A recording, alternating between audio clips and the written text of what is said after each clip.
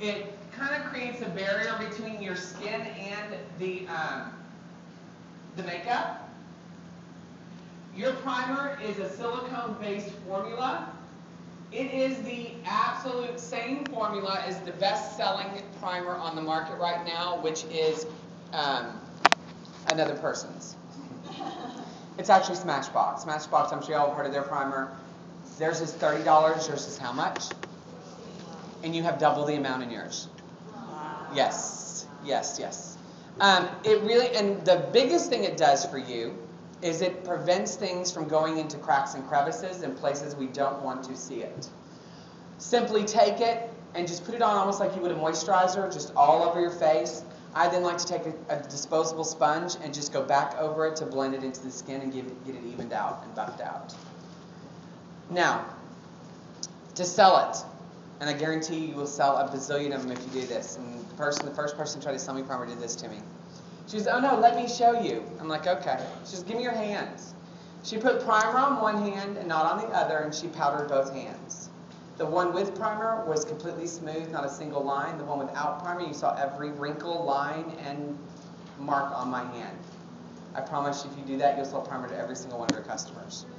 It prevents all that powder and everything from going into cracks and crevices. It's absolutely amazing.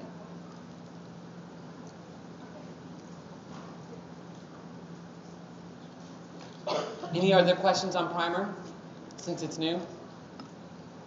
No questions on primer? Yes. Oh, I just take a disposable sponge and just go back over it to blend it in to make sure that I've got it all evened out. Just the primer. Yeah, yeah. No, dry sponge.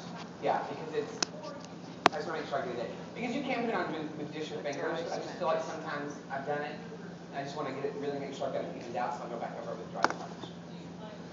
I apply with my fingers, yes. I always apply my primer with my fingers first, and then I'll just go back over it with the sponge to make sure I've blended it out and blended it in.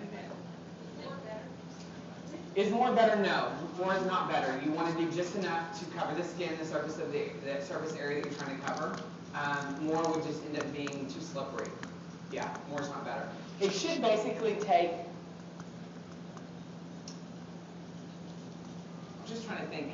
Normally I squirt mine out, and it's kind of like, yeah, it's probably that long, and just a squirt that long for the whole face.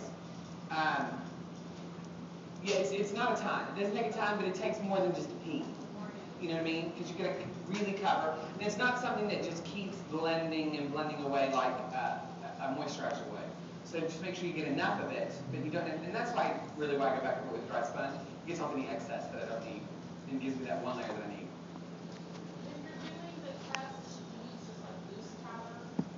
I would use probably mineral powder for that test because it's going to clump and coagulate more than loose will. And it's going to show every little nasty thing on that unprimed hand that you do not want to see. Yeah, because your loose powders are milled so fine because they're so good that it's not going to do as much as mineral powder. Mineral powder is thicker and it's not milled as, yeah. You'll sell it to every single person. Yes.